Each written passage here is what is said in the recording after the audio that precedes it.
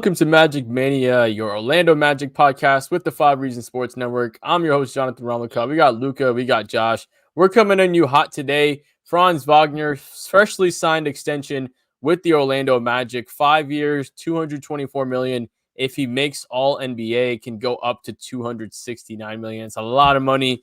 To put it in perspective, D Wade in his whole career only made like 199. So Franz Wagner in this contract alone, it's kind of wild how the NBA inflation has gotten up to this point, but extremely large contract. And we'll get right out into it. Luca, I'll let you kind of kick things off, my man. Initial reactions on him getting this type of money in his contract. I think initial reactions. I think as of right now, we talked about it a little bit briefly before we hopped on. But I think it is. I think it is a little bit much, especially for this stage in his career. But I do think he will honestly live up to the hype, and I do think he'll cement himself as a star in the NBA. I think he really will make the jump and continue to only get better. His short time he's been in the NBA, got drafted in 2021. You look at the players that were drafted ahead of him. Obviously, got Cade Cunningham, Jalen Green, who are two players who have already made their name in the NBA. Jalen Green actually just signed a contract this year, but didn't get a max, so that does put into a little bit of perspective. Then you look at Evan Mobley, you look at Scotty Barnes, better than both of them, arguably, better than Jalen Suggs, who went before him, better than Giddey, better than Kuminga. So I think honestly, if you look at a lot of the guys that went before him in the NBA, other than really Cade and Jalen Green, I think he honestly has proven himself and has shown that he is able. I think he will be able to play to this level of basketball. And I think that the game really does come naturally to him, and he flows a lot. And he's the future of this franchise. And if you want to put confidence in the guy, to keep him around and keep building, keep wanting to keep better, I think this is just something that you got to do. I think it's more of a move for the future, 2026, like we talked about, punting the offseason to then. So I don't think I think it's a little bit crazy right now, but I could see why. As in 5 years, I think he will be. I think he'll be able to maybe make the jump to the 260 mark. Who knows? Will make All NBA, and he's got a lot of competition to play against right now. But it's a different game, and a lot of players are leaving the NBA who won't be in the All NBA. LeBron made All NBA, I believe, if I'm not mistaken, and he won't be in the league. Who knows in 5 years? But I think it could be. I think it could be done. Yeah, and the biggest thing with this, it's like you said, that kicker when it comes into 269, if he ends up being all NBA. But I think the biggest what if factor is just that, like what is he going to become? Because with this contract, you're banking on his potential. You're not banking on what he is right now.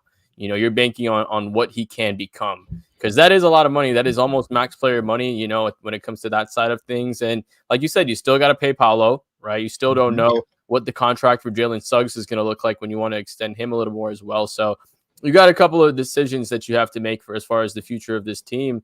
But Raziel, the great, saying no to Mo. They signed him for 2 years. I believe they re-signed him on a 2 or 3 year deal. I think 2 year, 1 year extra option for that one. But I do believe Mo is back on a smaller deal. Obviously not as big as the deal as his little brother with this one. But yeah, I think we were saying, banking on the potential. That's the biggest thing that I see the Magic is what they're doing with that side of things. Josh, reaction and thoughts to this contract extension? I agree with both of you guys. I think right now it seems like a lot of money to a young guy who hasn't fully proven himself, but I think he's moving in the right direction.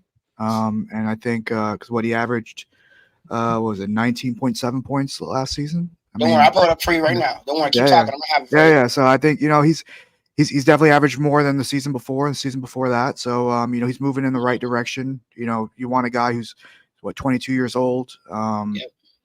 Part of one of the exciting front courts that we have with Paolo. I mean, he's moving in the right direction. I think he can play up to the potential of the contract. For the front office, is a little bit of a gamble, right? You don't know.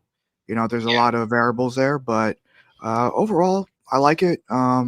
Anytime a young guy can come into this league and get that bag, I'm excited. And then normally, it plays out on the court. Guys are excited to play for a team that rewards them. So, overall, I like it. Fact. And for those stats, real quick, he averaged. So in his rookie year, he averaged 15.2 on 46% from the field, on 35% from the three, with 4 rebounds, 2 assists, and then of course the year after he made a jump to 18.6 points. Then this year he averaged 19.7 points. But it is a little bit scary. He only averaged 28.1% from the 3-point line this year on 48.2% shooting. But he did put up his rebound numbers, did put up his assist numbers, did bring up his steal numbers. So he's literally improved every single year in the NBA except for his 3-point shooting. And I won't lie, that Game 7 performance is a little bit scary, to be paying that kind of money for a Game 7 performance. on a player shooting 20% from the field is a little bit different. Look at John with the basketball Hey, reference. there we I love go. it. I love it. Let's get it. So yeah, man. I mean, I do think that it is banking on his potential, but I don't know. I just feel like I'm just going to keep seeing him get better and better. To be honest, though. And Yeah, and like a lot of folks have pointed to that game 7 of like, you know, it was kind of shaky, but Right. I don't know, maybe we fall into that Serious. recency bias.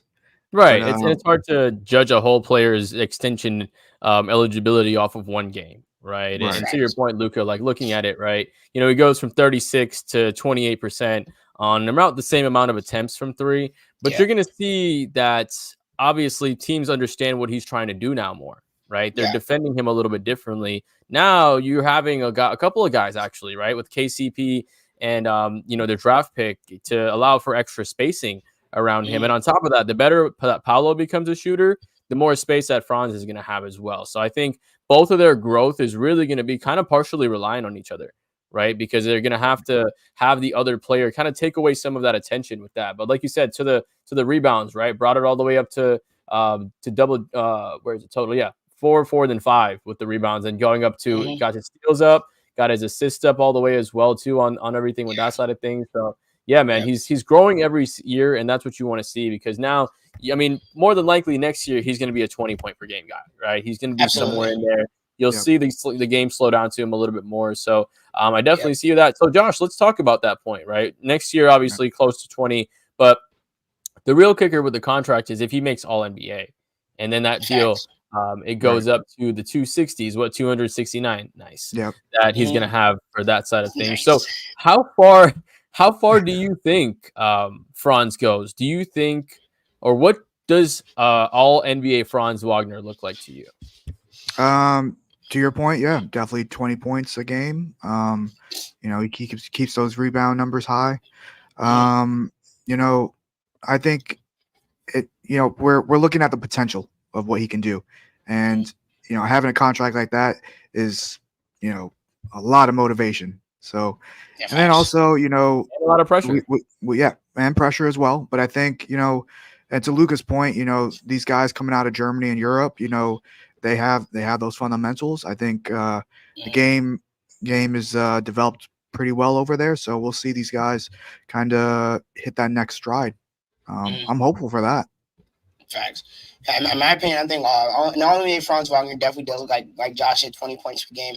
An ideal stat line, to be honest, if he can pull up like 20 points per game, like 5, 6 rebounds and pulling up, I think like ideally, because I think that Franz is a lot better of a playmaker personally. I think that he's much better whenever he has the ball in his hands and he's looking to distribute the ball. And look at the players that he's got around him now. He's obviously got Mo, his big brother. He's got Paolo Banchero. Now he's got KCP. So I don't think it's crazy to say that if he can put on like 7, 8 assists, to be honest, to add on to that number, he can get those assist numbers up. I really do think that's all NBA caliber, especially looking forward in the future years. Because like I said, if we just compare him, because just look at the other players in this draft class, the only 3 players probably better than him in the draft class, right? Were Cade Cunningham, Jalen Green. You can't argue Scotty Barnes, but personally, I'm not picking that pick. I'm having Franz Wagner with Scotty Barnes. And the only other guy down here is Alfred Sengun.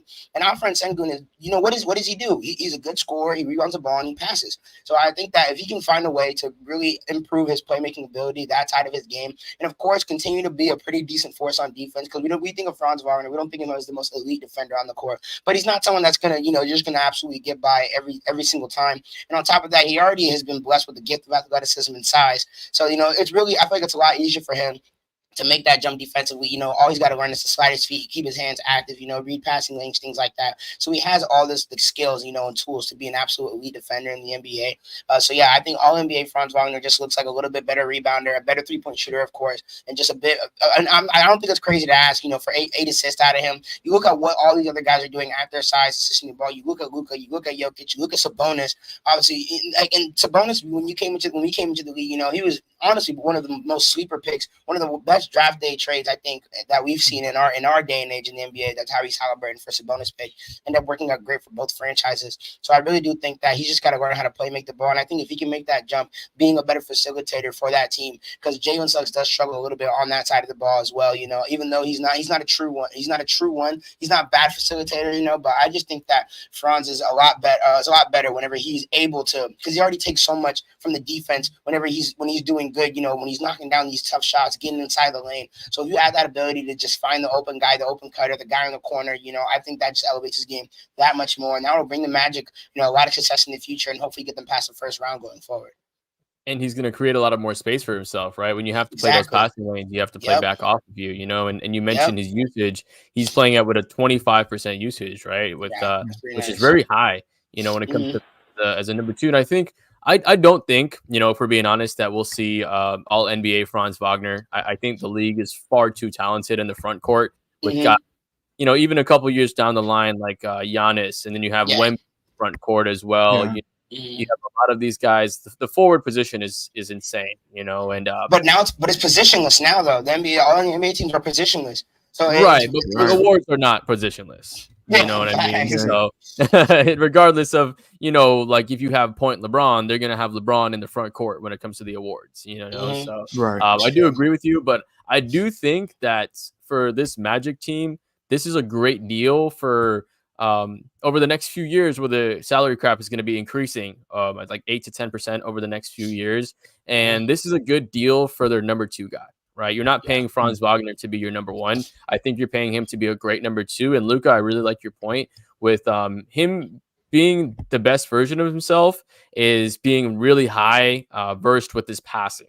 Right, because you already know what he can do with the scoring. His size is there. You already know what he can do when he rebound the ball. And Paolo's primary job is as a scorer. Your secondary job is a scorer. Like you said, unless they have or find or sign another, point guard, Jalen Suggs isn't necessarily that guy when it comes to setting up his teammates. So if you have a guy like Franz Wagner, when you have the defensive, mentality of that KCP and Jalen Suggs, and then you have the scoring of Paolo Banchero, and then you have him as like essentially that glue that holds everything together. The passing, he can do the shooting, he can drive to the bucket, do a little bit of everything. He's that high level Swiss Army knife. That's what I think we'll probably see out of Franz Wagner out of his highest level. But outside of that, guys, we got, we'll keep you guys locked in with all the news moving forward. This was not something we had expected it to do, but we saw the deal popped up. We made it live real quick, but outside of that, we'll keep you locked in as always. And as Josh, what is, my man?